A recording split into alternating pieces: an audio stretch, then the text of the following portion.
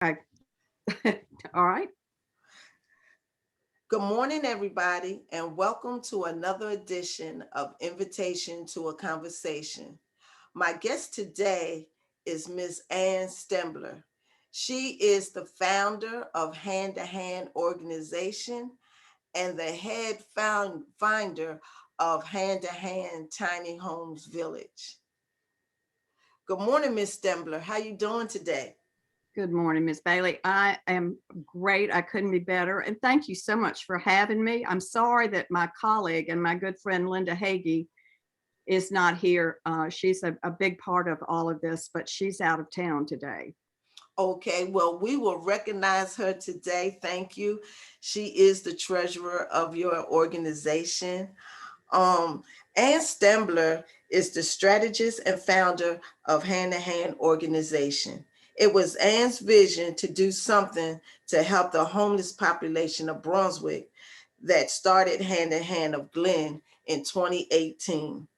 Along with her years as a member of the session of the St. Simon's Presbyterian Church, Ann's philanthropy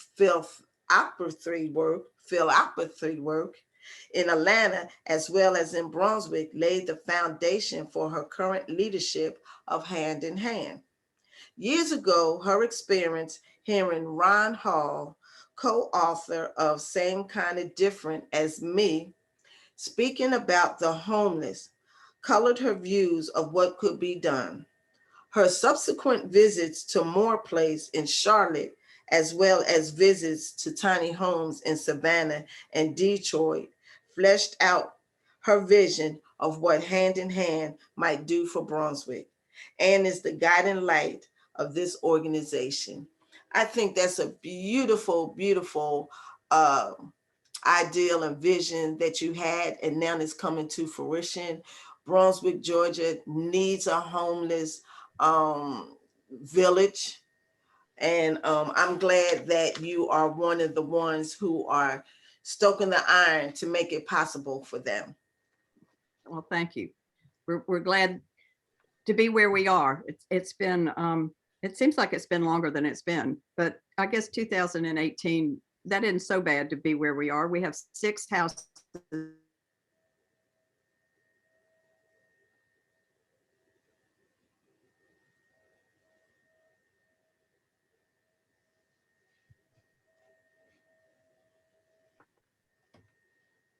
Are you there? Yes. Oh, it says my internet connection is unstable. It must be this wind. Uh-oh, I'm sorry about that. It's Okay. really windy where I am. Well, guys is going to see us through this. We're going to get Okay. through this.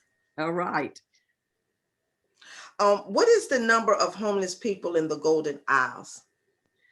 Well, at last count, we didn't have a count last year because you have to do it person to person. And then the last published count was in 2018, and it was 410. Now, that number is very fluid. And, people come and go, their circumstances change, they get housed, they move away or whatever. But I would suspect it's probably about 450 right now. Okay. Is that you have a three category for homeless people, and they're unsheltered, chronically, and reported mental illness. Can you explain what each one of those means? Well, I think I'll go a little bit more in depth even than that. um, there are a lot of different descriptions for homelessness, and the descriptions kind of cross over. A lot of times it's a little bit fluid, but the most well-known description or moniker is chronic homelessness. And chronic homeless folks are the ones who have experienced homelessness for at least a year or intermittently on and off for 36 months. And those folks usually also have some type of disability, whether it's physical or mental. There's episodic homelessness is when a person drifts in and out of homelessness 3 times during the year for different reasons. And after they have experienced a fourth time in 1 year, you would put them into the chronic homeless category. There's transitional homelessness, which is sometimes called situational homelessness. And this refers to a person going through a major life change or catastrophic event. Might be the breadwinner in the family dies, and the remaining family members haven't been able to get back on their feet. But after a time, maybe 2 or 3 months, their status will usually correct because the crisis has resolved by then. And then there's sheltered homelessness, or sometimes called hidden homeless. And these are homeless individuals who find a temporary solution by living with a relative or a friend or in a squat. And usually these are insecure accommodations. They don't last. They wear out their friendship or their association with these people pretty quickly. And sometimes that category is also called couch surfing. Oh, okay. What is your vision for Hand in Hand Tiny Homes Village? Well, we're going to build 60 one-bedroom homes on 4.25 acres at 4621 Altama Avenue. This will be a self-contained gated community, and the gate is not to keep our folks in. It's to keep the people out that have been preying on them when they were living under a bridge or wherever they were. If they want to see this person, they'll have the opportunity, but if they don't want to associate with that person again, the gate will keep them out. What is the challenge? It's big. The challenge is that Brunswick is the only city in our state where over 1/2 of the residents earn less than $25,000 a year. Within the city limits of Brunswick, over 60% of the residents are living below the poverty line. The poverty rate in Glenn County is 39%, which is one of the highest in the state and the country. Any number of circumstances can cause a person to become homeless. They could have a job loss. They could have an inability to recover from a storm, a hurricane. Their family dynamics could change. They could have mental and physical disabilities. They could be addicted, and they could have poor or non-existent credit. What is Build a Home? Build a Home is an opportunity for anyone to actually fund the building of one of our tiny homes. The cost for a tiny home is $30,000, or furnished, it's $35,000. Or there's also an option to purchase a portion of a tiny home. There are opportunities, and these are all on our website. There are opportunities to donate a kitchen unit, a bed, a fiberglass shower, any number of household items. And this is brand new. This is so exciting. As of April 1st, 2021, we have been given a challenge grant that any donation between April 1 and December 31st of 2021 above $10,000 will be matched by the Correll Family Foundation up to $500,000. Oh, wow. Wow. Yeah, that's a wow. Yes, yes. What kind of services will Hand in Hand offer? Well, we have a lot of programs, but the actual services are coming from, we've talked to Barbara Myers at Coastal Health, and she's promised to bring their new mobile unit onto the site. As you can imagine, if you're living under a bridge, you might get to one doctor's appointment, but chances are you're not going to get to another one. There's no transportation in Brunswick, and the places they need to get to are so far away. Gateway has offered their services for our residents who may have mental health issues. Synovus has agreed to come and teach classes in financial management. And the hospital, Southeast Georgia Health Services Systems, has different classes that they've offered to come, like nutrition and life skills. And what programs will Hand in Hand offer? Well, we're fortunate that there are a lot of programs already being offered in the community. And so we're not going to reinvent the wheel. We're just going to take advantage of what's already out there. And we will have different programs come on to our campus. We have a community center where we will have classrooms. And we'll teach life skills, kitchen safety, nutrition, substance abuse recovery, employment readiness. We'll target job skills, GED, financial literacy, just whatever we think that our residents could benefit from. Okay. And you're also going to have a community garden. Yes, we actually have two of them are on our site, and I don't know if we have room, we might even put in another one. We just got to get it built out, and see, that'll probably be the last thing we build. Okay. Do you have any idea what you're going to grow in the garden? Well, I want to grow vegetables. I want to teach our folks. I mean, we talk about, a food desert all the time. Now, we're not exactly in the food desert category because Walmart has a grocery store just within a block and a half of where we are. So, but I feel like our people, if they see how a vegetable grows, and at the same time, we're teaching nutrition and we're teaching them how to cook these vegetables, then I feel like it'll just enhance their nutrition, wellness, and awareness, and then their wellness will develop. Okay. And I like the idea of the community center. What different operations will the community center be used for? Well, we're so blessed. We have all these Sunday school rooms that were left from the church that we bought the property from. We had to take down the sanctuary because it needed a new roof and new air. We couldn't afford all that. And the space was an odd configuration and we couldn't really put it to use. But the existing rooms will be transformed into one will be a laundromat that our residents will be able to access. There'll be an outside door into the laundromat. We'll have 3 commercial washers and dryers. We have a large center room in the community center where we can use for all kinds of things. We could have a worship service. We could have a circle meet, like I think AA likes to meet in a circle. We could configure that. We have several classrooms that we use for just these different classes that I just mentioned. We'll have offices. We'll have a computer lab. We also have room for a shelf-stable food pantry. And I have this idea. I hope it'll work. A lot of this is new, and we'll see how it goes.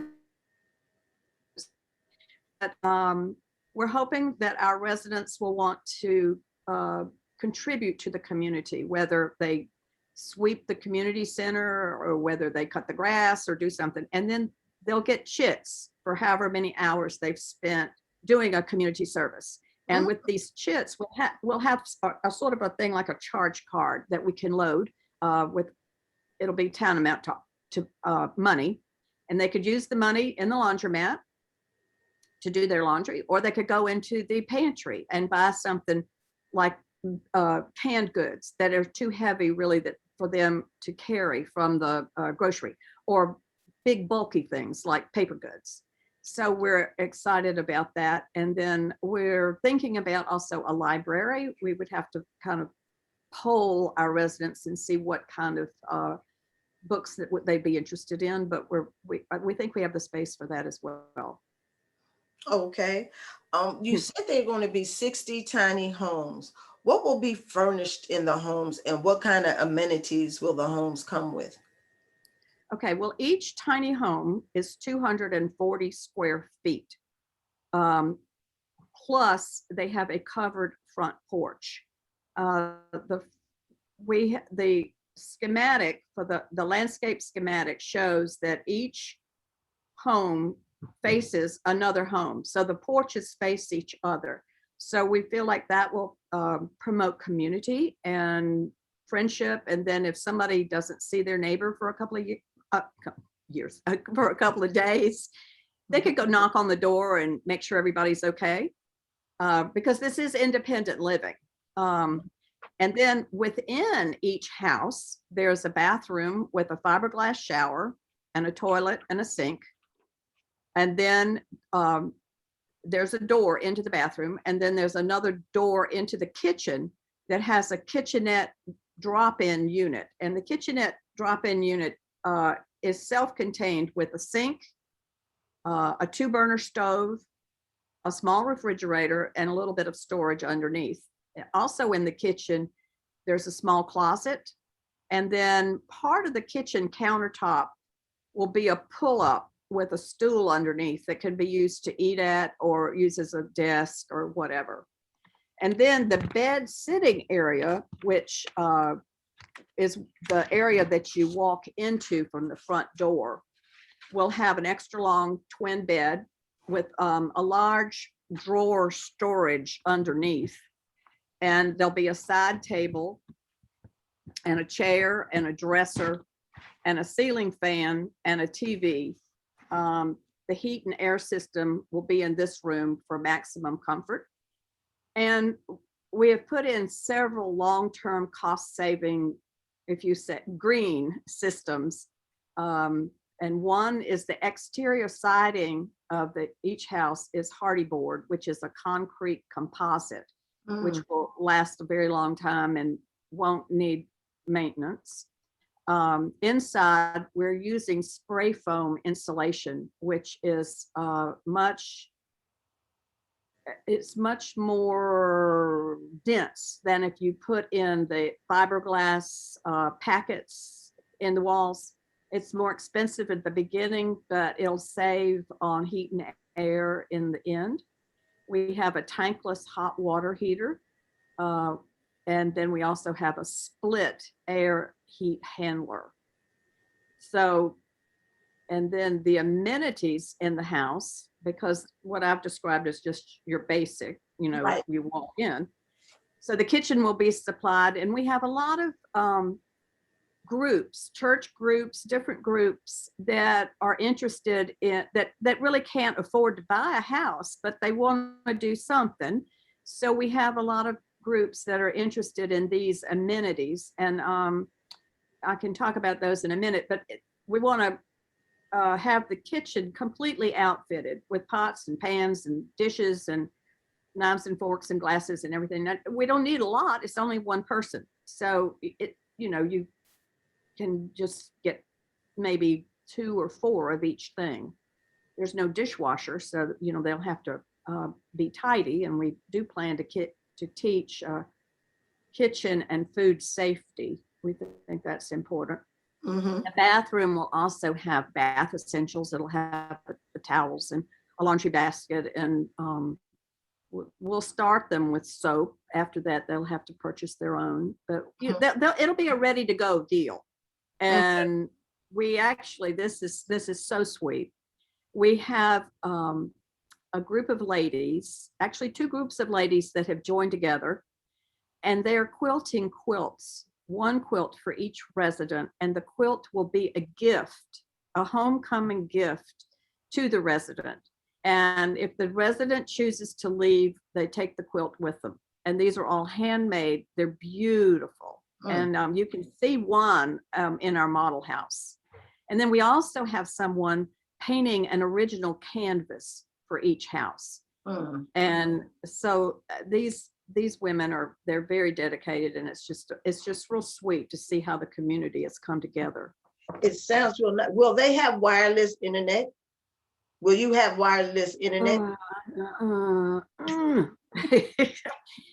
I don't know. I can't answer that right now. We are looking at the cost of that. Other places, like if we were in a 3 or 4 story building, it would be cheaper to do that.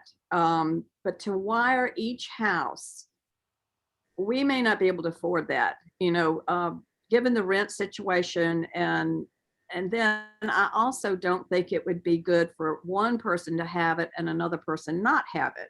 Right. I think that would cause problems. So it's either got to be an all or nothing. And we're looking into that, but I don't know. You have that you mentioned your $30,000 donation, and you have other donation prices for different ones: $1,000, $500, $300, and $100. And each one comes with 3 different options. Can you briefly tell us what those options are for each donation? Sure, I'm happy to. Mhm. $1,000, you can buy the drop-in whole, ready-to-go kitchenette. It's 36 inches wide, and it has all the components that I just mentioned. Or you can purchase all the necessary items for the bed sitting area, which would be the bed. The bed is actually going to be a platform that we will build, and then the drawers for storage, long-term storage, like maybe winter clothes or whatever. That plus, so the carpentry for that, the mattress, the ceiling fan, and the lights. Or the third option would be to outfit the bathroom with the fiberglass shower, the toilet, and the sink. So Then the five, go ahead. okay, Go ahead. $500 could provide all the necessary items for the kitchen, like the microwave, the glassware, the pots and pans, this, etc. Or for the bathroom, it could provide the faucet and the sink and the installation, the plumbing. The plumbing is, it's always a problem. The plumber, he, I'm sure you've dealt with your plumber. And then the $300 could supply shelving and a kitchen stool in the kitchen, or it could, for the bedroom, it could provide the sheets, the pillows, the blankets. The bathroom, it could provide a mirror over the sink, lights over the sink, a shower curtain, some towels, different odds and ends. And then $100, I mean, we have donations as small as $25, and those are blessed events, because that person is given what they can. But we are, anything would go towards these smaller incidental things that need to happen. So. And the biggest one, as you mentioned earlier, was the $30,000 one. That buys a whole house.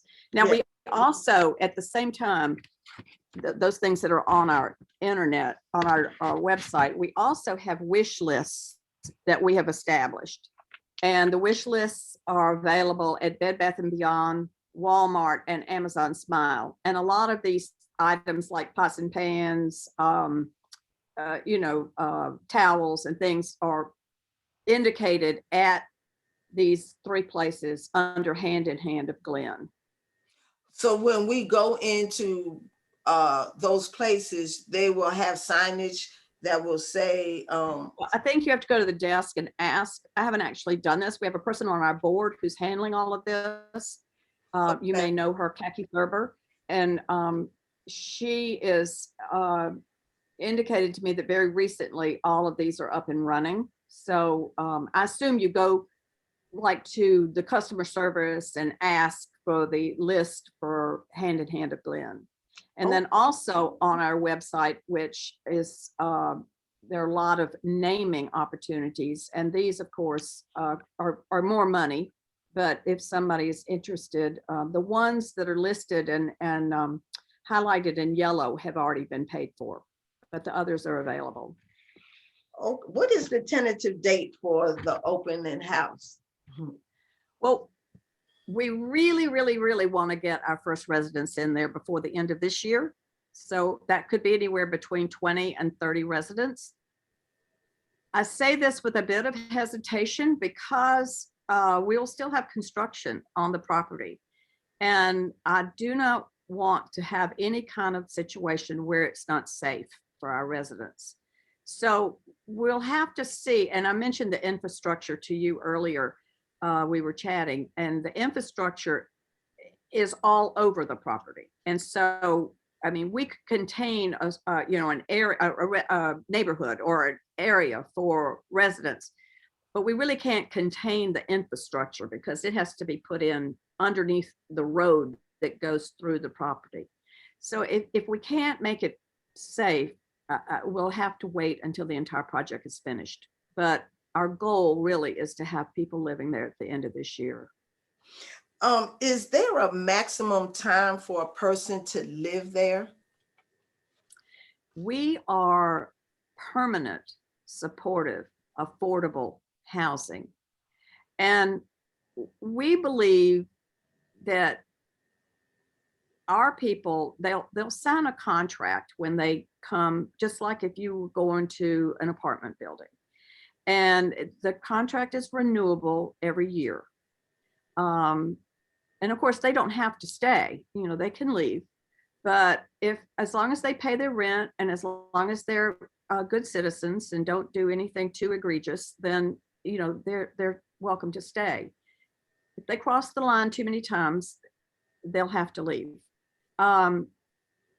We believe in permanent housing because we think that transitional housing, and there are a lot of transitional programs that are very good, but we feel like transitional housing doesn't give the resident enough time to take advantage of the programs that are offered and really become a successful, productive, independent individual.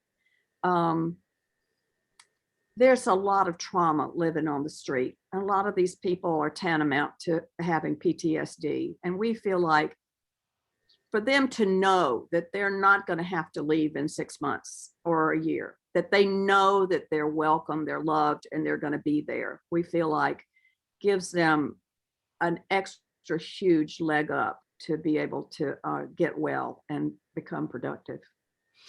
You remember, you mentioned permanent supportive housing. What is house first? Housing first Yes. is when you give a person you give a person a house, you give them a roof over their head, you give them. We don't feel like people should have to jump through a hoop and pass a test to get a house. We feel like everybody should have the opportunity. Every person deserves to have a clean place to live. We feel like if you can give them a house, these people that have physical and mental issues, they can start working on these issues. If you're living day to day, minute to minute, hand to mouth, under a bridge, there's no way that you can work on any kind of long-term issue that you have or try to even have any kind of personal gain. So people need basic necessities of life, and it's possible to attend to anything less critical, like getting a job or budgeting finances or even attending to addiction, if you don't have a roof over your head. Mm-hmm. So housing first is and it's really a nationwide now people are catching hold to, is give people a place to live and then let them bring themselves up to a place of dignity and help themselves. Wonderful. How will you select the people, the residents, to move in? We have 2 streams now. We used to just have 1 stream, and I'll talk about the second one in a minute, that was very recently come to our attention. But the first one, and the more one that is more conventional, is called coordinated entry. And coordinated entry is it's a national program.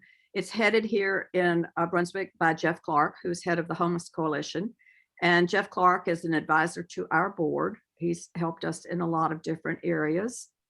And coordinated entry, for people that haven't heard of it, is a process developed to ensure that all people experiencing homelessness can be quickly identified and referred to housing and assistance, and depending on what their independent needs are, as quickly as possible. And we at Hand in Hand will use the coordinated entry system to identify our potential residents. And our residents will be a broad spectrum of people experiencing homelessness. And we're hoping it will mirror the homeless population that's in Brunswick.